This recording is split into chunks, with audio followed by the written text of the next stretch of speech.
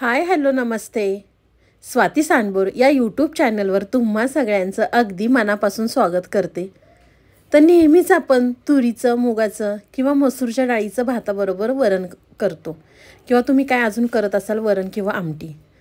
तर आज मी तुम्हाला मुगापासनं भन्नाट अशी रेसिपी दाखवणार आहे. व्हिडिओ अगदी शेवटपर्यंत पहा. तर इथे मी कडधान्यामध्ये जे मूग असतात ना ते घेतलेले आहेत.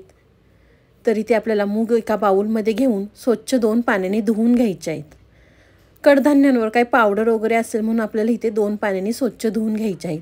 तर इथे मी 2 पाण्याने स्वच्छ धुवून घेतलेले आहेत. तर आपल्याला 1 ग्लासभर पाणी घालायचं आहे आणि एका साईडला ठेवूया. तोपर्यंत आपण दुसरी तयारी करूया. इथे मी कुकर गरम करून घेतलेला आहे. कुकरमध्ये आपल्याला गरजेनुसार तेल घालायचं आहे.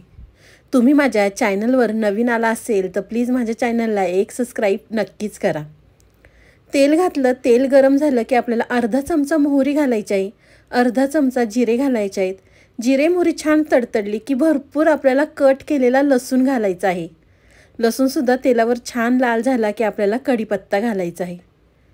कढीपत्ता घातल्यानंतर आपल्याला इथे मी एक छोटे 2 टोमॅटो घेतले होते किंवा तुम्ही 1.5 टोमॅटो वापरला तरी चालेल. टोमॅटो घातल्यानंतर आपल्याला थोडीशी फोडणीमध्ये कोथिंबीर घालायची आहे. कोथिंबीर फोडणीमध्ये घातली की छान अशी या आमटीला चव येणार आहे. तर छान टोमॅटो आपल्याला परतवून घ्यायचे आहेत. तोपर्यंत व्हिडिओला लाईक केलं नसेल तर प्लीज एक लाईक करा. साईडचं बेल आयकॉनसुद्धा प्रेस करा म्हणजे तुम्हाला माझ्याशी नवनवीन व्हिडिओ पाहायला मिळतील. तर छान व्यवस्थित परतलं की काय मसाले ॲड करूयात आपण. इथे मी 1 चमचा मिरची पावडर, 1 चमचा बेडगी मिरची पावडर, हळद घातलेली आहे. 1 चमचा आपल्याला गोडा मसाला घालायचा आहे आणि त्याच चमच्याने आपल्याला 1 चमचा कांदा लसूण मसाला घालायचा आहे. थोडंसं हिंग घालायचं आहे. हिंग फोडणीमध्ये घालू शकता तुम्ही. तर हिंग घातल्यानंतर जे आपण मूग धुवून घेतले होते आपल्याला ते मूग घालायचे आहेत. अगदी बेसिक साहित्य लागतं ह्यासाठी आणि अगदी झटपट होते, पण खायला अतिशय चविष्ट लागते ही आमटी. तुम्ही भाकरी संग किंवा भातासंगसुद्धा खाऊ शकता. तर मूग घातल्यानंतर छान व्यवस्थित आपल्याला मिक्स करून घ्यायचं आहे आणि गरजेनुसार आपल्याला इथे पाणी घालायचं आहे. तर मी त्या बाऊलने 2 बाऊल इथे पाणी घातलेलं आहे, कारण आपल्याला इथे 5 ते 6 शिट्ट्या घ्यायच्या आहेत. मूग शिजून घट्ट होतात, त्यामुळे इथे मी 2 बाऊल इतपत पाणी घातलेलं आहे. तर पाणी घातल्यानंतर चवीनुसार मीठ घालायचं आहे आणि छान व्यवस्थित परत मिक्स करून घ्यायचं आहे आणि कुकरचं झाकण लावून आपल्याला 5 ते 6 शिट्ट्या घ्यायच्या आहेत. तर इथे मी कुकरच्या 6 शिट्ट्या घेणार आहोत. तर इथे पाहू शकता कुकरच्या 6 शिट्ट्या झालेल्या आहेत आणि कुकर थंड करून घेतलेला आहे.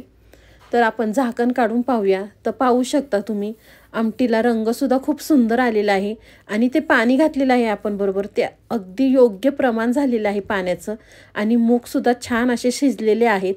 तर आपण परत वरतून भरपूर अशी कोथिंबीर घालूया आणि छान गरमागरम मुगाची आमटी भातासंग किंवा भाकरीसंग भन्नाट लागते. नक्की या पद्धतीने करून पहा, अगदी झटपट होते.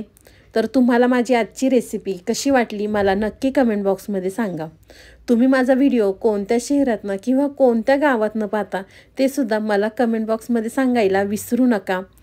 तुम्ही माझा पूर्ण व्हिडिओ पाहिल्याबद्दल थँक्यू सो मच. तर चला पुन्हा भेटूया असेच नवनवीन व्हिडिओ घेऊन. तोपर्यंत बाय.